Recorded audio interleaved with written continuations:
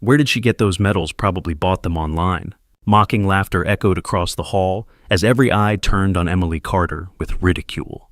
They branded her a fraud, a joke at the Veterans Gala. But just as the insults reached their peak, the doors burst open. The President of the United States walked straight up to her, then to everyone's shock stood at attention and saluted. "Welcome back, Captain Carter. This entire nation owes you." Emily stood there, her black hair loose, spilling over the collar of her faded white shirt. Her trousers were worn at the knees, her sneakers scuffed, like they'd walked 1,000 miles. The 3 tarnished medals pinned to her chest caught the light, their edges scratched and dull. She didn't flinch under the stares, didn't shift her weight. Her hands rested on a small cloth tote bag, fingers steady like she was holding something heavier than fabric. The president's words cut through the room, silencing the laughter. People froze their wine glasses halfway to their lips, their smirks fading. Emily's eyes, dark and unyielding, met his for a moment. She nodded once, sharp and precise, then looked past him to the stunned crowd. The air felt thick, like nobody knew what to do with themselves. Her silence wasn't weak, it was a wall. "Hey, before we dive deeper, if this story's grabbing, you take a second to pull out your phone. Hit that like button, drop a comment below, and subscribe to the channel. It's how we keep sharing stories like Emily's real, raw, and full of heart." All right, let's go back to that night in D.C. The city hall was decked out, all chandeliers and marble floors, the kind of place that screamed money and power. The Veterans Gala was a big deal. Politicians, donors, and military types rubbing elbows, their voices loud and their egos louder. Emily walked in alone, her steps quiet but deliberate, like she was used to slipping through places where she didn't belong. Her tote bag swung lightly at her side, the medals pinned to her shirt clinking softly. She didn't wear makeup, didn't bother with jewelry. Her plainness stood out in a room full of tailored suits and glittering dresses, and people noticed. They always did. She found a seat in the last row, tucked against the wall, and set her bag on her lap. Nobody greeted her. Nobody offered her a drink. They just stared, then whispered. As Emily settled into her chair, a woman in a sleek black gown sauntered over her heels, clicking like a metronome. She was Cynthia, a socialite with a smile that didn't reach her eyes, her neck dripping with diamonds. She stopped in front of Emily, tilting her head like she was inspecting a curiosity. "Oh, honey," she said, her voice syrupy with pity. "You must be so embarrassed showing up like this." She gestured at Emily's faded shirt, her tone loud enough to draw nearby glances. "This is a gala, not a yard sale." A few people chuckled, their eyes darting to Emily, waiting for her to shrink. She didn't. Her fingers paused on her bag, then resumed adjusting the strap, slow and deliberate. She looked up at Cynthia, her gaze steady, and said, "I'm here for the same reason you are." The words were soft, but they landed like a slap cutting through the chuckles. Cynthia's smile froze her lips, twitching, and she turned away, her heels clicking faster now. A group of men stood near the stage, their jackets heavy with ribbons, their faces flushed from bourbon. The leader, a broad-shouldered guy named Frank, had a voice that carried like he wanted it to. "Who let her in?" he said, pointing at Emily. "Those medals look like they came from a costume shop." His buddies laughed, one slapping his shoulder. Another guy, thin and wiry with a gold chain peeking out of his collar, chimed in. "Bet she bought them for $10 online. No way she earned anything like that." The laughter spread sharp and mean like a wave rolling through the crowd. People turned in their chairs, craning their necks to get a look at her. A woman in a red dress, her lips pursed, leaned over to her friend. "She's embarrassing herself," she said loud enough for Emily to hear. A young aide, barely out of college, scurried past Emily's row, balancing a tray of champagne flutes. His name tag read Ethan, and his nervous energy made him clumsy. As he passed, he tripped, splashing a flute's contents across Emily's shirt. The room noticed, and a ripple of snickers followed. Ethan's face flushed red, but before he could stammer an apology, a man in a tuxedo, some big-shot donor named Gerald, called out, "Careful, kid, you're wasting good champagne on her." The crowd roared, delighted by the mishap. Emily's shirt clung to her chest, the wet fabric outlining the medal's edges. She didn't flinch. She reached into her bag, pulled out a handkerchief, and dabbed at the stain. Her movements calm, almost mechanical. Ethan mumbled, "I'm so sorry," but she just looked at him, her eyes soft for a moment. "It's just a shirt," she said, quietly folding the handkerchief away. The crowd's laughter faltered, unsure how to read her unshaken calm. Emily didn't react. She sat straight, her hands folded over her bag, her face calm. but her fingers pressed into the fabric just a little, like she was steadying herself. The room kept buzzing, the insults getting bolder. A man in a pinstripe suit muttered, "Does she even know where she is?" A woman nearby, her earrings sparkling, laughed. Probably wandered in off the street. Emily's eyes flicked toward them, not angry, just steady, like she was sizing them up. She didn't say a word, didn't need to. Her silence made the laughter sound hollow, like it was trying too hard. A retired general, his chest a mosaic of polished metals, leaned against a column, sipping scotch. His name was Harold, and he had the air of someone who'd built a career on being untouchable. He caught sight of Emily and snorted loud enough to turn heads. "Look at her sitting there like she's one of us," he said to his companion, a younger officer who nodded eagerly. "Those medals are an insult to every real soldier here." He raised his glass as if toasting his own words, and the crowd nearby clapped, egging him on. Emily's jaw tightened just a fraction, but she didn't look at him. Instead, she adjusted her bag on her lap, her fingers brushing the metal's edges like she was reminding herself of their weight. A woman at Harold's table whispered, "She's got some nerve," but Emily's steady posture didn't waver, her silence louder than their jeers. Across the room, an older man watched her. He was in his late 60s, his uniform crisp but faded, like it had been worn with pride for decades. His name tag said Colonel Raymond Ellis. He stood alone, a coffee cup in his hand. His eyes locked on Emily. When she'd walked in, she'd passed the flag at the entrance, and her hand had twitched, an automatic salute, quick and subtle, like it was muscle memory. Most people missed it. He didn't. His jaw tightened, and he leaned forward, studying her medals. They weren't polished, not like the ones on display, but they were real. He knew it. He stepped closer, ignoring the whispers around him, and gave her a nod, sharp and respectful, almost a salute. The crowd caught it, and heads turned. "Why is he doing that?" someone muttered. "Who is she?" Emily met his gaze, nodded back, and stayed quiet. A photographer, a wiry guy named Paul with a press badge swinging from his neck, pushed through the crowd, his camera flashing relentlessly. He zeroed in on Emily, snapping shots from every angle, his lens practically in her face. "Smile, sweetheart." He called out, his voice dripping with mockery. "Let's get the fake hero on the front page." The crowd laughed, some clapping like it was a performance. Emily's eyes flicked to the camera, then away, her expression blank. She shifted slightly, crossing one ankle over the other, her movements slow and deliberate, like she was refusing to be rushed. Paul kept shooting, muttering, "This'll go viral," to his buddy. Emily's hand paused on her bag, her thumb tracing a seam, and she said, "Hope you got my good side." The dry edge in her voice made Paul's grin falter, and a few people nearby exchanged uneasy glances. The moment broke when the host took the stage. Roger Hale was a former city official, all slick hair and fake charm, the kind of guy who smiled too wide and shook hands too long. He scanned the crowd, his eyes landing on Emily like she was a stain on his perfect event. "Hold up," he said, his voice booming through the microphone. "Who authorized you to wear those medals?" The room tittered, some clapping like it was a game.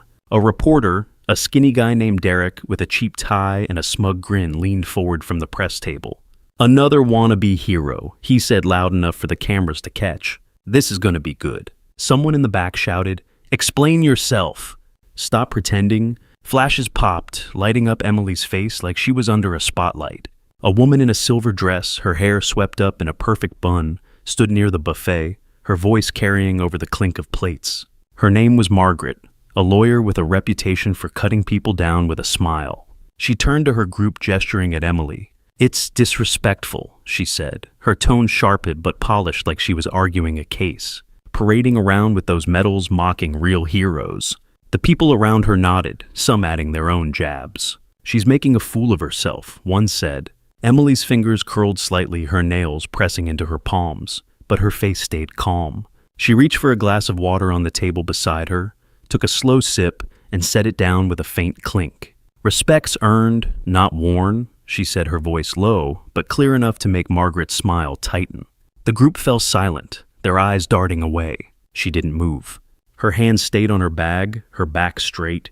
The camera flashes kept coming, but her expression didn't crack. She looked at Roger, her gaze calm, almost bored, like she'd heard this all before. The room waited for her to fold, to stammer out some excuse. She didn't. The host's smile twitched like he wasn't used to being ignored. "Come on now," he said, leaning into the mic. "If you're legit, tell us. Or are you just here for the attention?" The laughter came again, louder, crueler. Emily's fingers tightened on her bag, the fabric creasing under her grip. She didn't say a word. A young veteran, his face still boyish under a buzz cut, stood with his buddies near the bar. His name was Jake, and he had the kind of swagger that came from being the loudest in the room. He spotted Emily and nudged his friend, his voice carrying. "Bet she doesn't even know what those medals mean," he said, pointing at her chest. "Probably thinks they're just shiny." His group laughed, their drinks sloshing. One of them, a guy with a fresh tattoo peeking out of his sleeve, added, "She's stealing valor plain and simple." Emily's eyes flicked toward them, her gaze steady, like she was memorizing their faces. She adjusted her posture, sitting a little taller, her medals catching the light. "Know what they mean?" she said, her voice quiet but sharp. "Do you?" Jake's laugh caught in his throat, and his friends shuffled, suddenly interested in their drinks. Then as she shifted to adjust her bag, the worn fabric caught on the chair's armrest. A small tear opened just enough for something to slip out, a faded card no bigger than a credit card hitting the floor with a faint tap. A woman nearby, all pearls and pinched lips, grabbed it before Emily could move. "What's this?" she said, holding it up like a trophy. Her name was Patricia, and she had the kind of voice that dripped with fake kindness. She read the card, her eyes widening. A D-class military ID. Seriously. The room buzzed, people leaning forward to see. Patricia handed it to Roger, who squinted at it, then laughed. "Fake IDs are everywhere," he said, tossing it onto the table like it was nothing. Emily reached for the card, her movements slow, deliberate. She tucked it back into her bag, her face blank, like the room's noise didn't touch her. A man in a navy suit, his tie a perfect knot, leaned over to his wife, his voice low but not low enough. His name was Richard, a banker who thrived on status. "She's got no business here," he said, his eyes flicking to Emily. "Look at her. Those medals are a joke. This is a place for real heroes." His wife nodded, her diamond bracelet glinting as she sipped her wine. The people around them murmured agreement, their voices a low hum of disdain. Emily's hand paused on her bag, her fingers brushing the torn seam. She looked at Richard, her eyes narrowing just enough to notice, and said, "Real heroes don't need to announce it." Her voice was steady, like a blade slipping through silk. Richard's face reddened, and his wife coughed into her glass, the hum around them stuttering to a stop. The crowd wasn't done. Roger stepped closer to the edge of the stage, his voice sharp. "If you're the real deal, prove it. Get up here." The room roared, feeding off his energy. A veteran in a tailored blazer, his chest puffed out with medals of his own, shouted, "She doesn't even know what those stand for." His name was Tom, and he had the look of someone who'd never been questioned. A woman in a glittering dress, her hair sprayed stiff, called out, "Stop disgracing the military." The cameras zoomed in their lenses, glinting like they could smell blood. Emily stood not because she wanted to, but because the room was suffocating. Her sneakers squeaked on the marble floor, and the sound cut through the noise like a pin dropping. As Emily rose, a woman in a velvet shawl, her eyes sharp with judgment, stepped closer. Her name was Eleanor, a retired diplomat who spoke with the authority of someone used to winning arguments. "You're out of your depth." "Dear," she said, her voice loud enough to carry, "this isn't a place for amateurs playing dress-up." The crowd around her nodded, their faces smug, some clapping like it was a lecture. Emily's hand tightened on her bag, her knuckles whitening for a moment. She turned to Eleanor, her posture straight, and said, "Depths measured by actions, not words." Her voice was calm, but it hit like a dart, silencing Eleanor's next barb. The woman's shawl slipped slightly, and she fumbled to adjust it, her confidence shaken as the crowd's applause petered out. She didn't go to the stage. Instead, she walked to a table near the front where a display of military honors was set up. Polished medals, framed certificates, a flag folded tight. The crowd watched, half expecting her to bolt. She didn't. She unclipped her medals one by one, her fingers steady but slow, like she was handling something alive. She set them on the table side by side, their scratches catching the chandelier light. Then she looked at Roger, her eyes cold and sharp. "These belong here," she said, her voice low but clear, cutting through the room. A veteran nearby, a grizzled man with a scarred hand, leaned forward in his breath, catching. "That's the look of someone who's been to war," he whispered to his wife. Roger's mouth opened, then closed. Emily turned to leave. Before she could take a step, a man in a crisp tuxedo, his cufflinks gleaming, blocked her path. His name was Victor, a defense contractor with a handshake that felt like a contract. "You're not fooling anyone," he said, his voice loud enough to draw stares. "Those medals are a disgrace to everyone who's served." The crowd murmured some shouting agreement, their voices a rising tide of scorn. Emily stopped her bag swinging slightly at her side. She looked at Victor, her eyes steady, and said, "Disgrace is assuming you know someone's story." Her words were quiet but sharp like a needle through fabric. Victor's cufflinks caught the light as he stepped back, his jaw tight, the crowd's shouts faltering as her gaze held firm.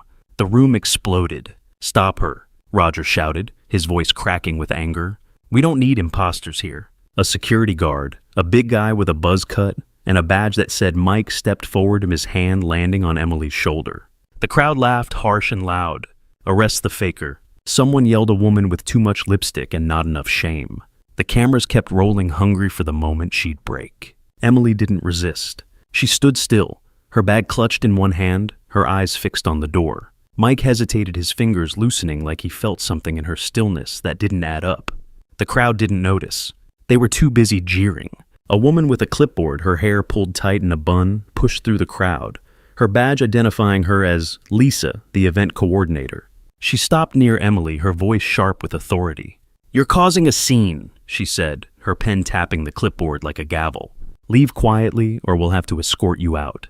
The crowd cheered, their voices a wall of sound, some shouting, "Get her out!" Emily's hand rested on her bag, her fingers still for a moment. She looked at Lisa, her eyes calm but piercing, and said, "Scenes happen when people judge too soon." Her voice was low, steady, like a teacher correcting a mistake. Lisa's pen stopped tapping her face, flushing as the crowd's cheers grew uneven, some voices trailing off. Then the siren started, low at first, then screaming through the open windows. Heads turned confused. The double doors at the back of the hall slammed open, and Secret Service agents stormed in their black suits, sharp, their faces all business. The room froze. Nobody breathed. Then the president walked in. He didn't look at the crowd, didn't acknowledge the stage. He crossed the room in long, steady strides, his eyes locked on Emily. Mike stepped back, his hand falling away. Roger's mic slipped in his sweaty grip, nearly hitting the floor. The president stopped in front of Emily, bowed slightly, and extended his hand. "Welcome back, Captain Carter," he said, his voice clear and steady. "The entire nation owes you." As the president spoke, a man in a corner booth, his suit wrinkled from too many drinks, dropped his glass. His name was Charles, a lobbyist who thrived on connections. He'd been one of the loudest earlier, muttering about Emily's cheap medals. Now his face went slack, his glass shattering on the floor, the sound sharp in the sudden silence. Emily didn't look at him. She shook the president's hand, her grip firm, her medals glinting faintly. Charles fumbled to pick up the glass shards, his hands shaking, muttering, "No way, no way." The crowd around him stepped back, their eyes darting between him and Emily, their earlier confidence crumbling. She didn't acknowledge the mess, just stood there, her silence heavier than his broken glass. The room felt like it had been gut-punched. Roger's face went pale, his knees wobbling as he grabbed the stage for support. Frank, the loudmouth with the bourbon flush, stared at his shoes, his face burning red. Patricia, the woman with the pearls, clutched her purse, her knuckles white. Derek, the reporter, fumbled with his camera, his hands shaking so bad he couldn't find the off switch. Emily shook the president's hand, her grip firm but quick. She didn't smile, didn't nod, didn't linger. She just stood there, her medals on the table, her tote bag hanging from her shoulder. A woman in a sequin gown, her voice sharp with indignation, stood near the exit, her arms crossed. Her name was Diane, a fundraiser who lived for the spotlight. She had whispered earlier about Emily's pathetic attempt at glory. Now, as the president spoke, her arms dropped, her face paling. She tried to slip toward the door, but the crowd's eyes pinned her in place. Emily picked up her medals, pinning them back on her shirt with steady hands. Diane's sequins caught the light, but her usual poise was gone, her steps faltering as she realized the room was watching her, not Emily. The president's words echoed, and Diane's hands shook as she fumbled with her clutch, her exit blocked by the truth unfolding in front of her. The president turned to the crowd, his face like stone. "No one here has the right to question the woman who saved my life." 3 times, he said. The words hit like a slap. People flinched, some sinking into their chairs, others looking away. "Correct the records," he added, his voice cutting sharper now. "Never forget this name." The hall erupted in applause, but it wasn't joyful. It was tense, like they were trying to erase what they had done. Emily didn't react. She picked up her medals, pinned them back on her shirt, and grabbed her bag. Then she walked toward the door, her steps as steady as when she'd come in. Roger tried to speak, his voice shaky. "Sir, we didn't know the president's look shut him up fast." Frank and his buddies stood frozen, their faces a mix of shame and fear. Tom, the veteran in the blazer, whispered to his friend, "She's really Captain Carter." His friend didn't answer, just stared at the floor. Patricia, her pearls glinting, looked like she wanted to disappear. Derek slipped out a side door, his camera tucked under his arm like he was fleeing a crime scene. The crowd parted for Emily, nobody daring to meet her eyes. The hall was silent now, the kind of silence that presses down on you, heavy and cold. Emily stepped outside, the sunlight hitting her face. The sirens had faded, the Secret Service agents trailing the president as he left. She didn't look back. The city hall was behind her, the noise and the laughter locked inside. She walked down the steps, her sneakers soft on the pavement, her bag swinging lightly. The world didn't stop for her, and she didn't expect it to. She'd been through worse than a room full of insults. She'd been through fire. Years ago, she'd stood on a dusty road, the air thick with heat and danger. Her uniform was crisp, then her boots new. A voice crackled through her radio, calm but urgent. "Carter, you're up." She had nodded, her hands steady, her eyes scanning the horizon. A black SUV idled nearby, its engine humming. She'd moved fast, her steps sure, her heart steady. That moment flashed through her now, triggered by the sight of a similar SUV parked across the street from City Hall. She paused just for a second, her hand tightening on her bag. Then she kept walking. The gala became a story people whispered about. The woman, nobody believed, the medals, nobody trusted. The president who didn't need to say much because his presence said it all. Emily didn't go back to those events. She didn't need the spotlight, didn't need the apologies. She'd grown up in a house that felt like a fortress. All marble floors and high ceilings, where her parents taught her to stand tall, to speak only when it mattered. They were old money, the kind of wealth that didn't need to shout. They'd raised her to be quiet, to be strong, to let her actions do the talking. And they did. The fallout came quick. Roger Hale got a call the next morning. His contract was done. No discussion, just a curt email with his final paycheck. Frank, the guy with the loud voice and louder ego, found his name all over social media, and not in a good way. A clip of his costume shop comment went viral, and the internet didn't hold back. His sponsors pulled out, his country club membership vanished, and his phone stopped ringing. Patricia, the pearl-clutching woman, saw her charity board seat quietly given to someone else. Derek, the reporter, was benched, his editor reassigning him to obits. His story never aired. The truth didn't need a camera to spread. Emily didn't see any of it.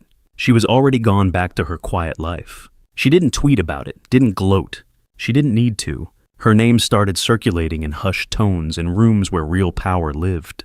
Captain Carter, the woman who walked into a storm of scorn and walked out with the president's handshake. Nobody knew her full story, not yet. But they knew enough to stop talking when her name came up. She'd learned to carry herself young.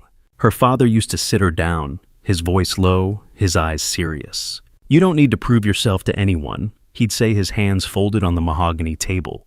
Her mother would nod, her posture perfect, her voice soft but firm. "Let them underestimate you. It's their mistake." Emily had listened, her small hands gripping the edge of her chair. That was years ago, in a house that felt more like a museum than a home. Now, walking away from City Hall, those lessons were in her bones. She didn't need to shout. She didn't need to fight. She just needed to keep moving.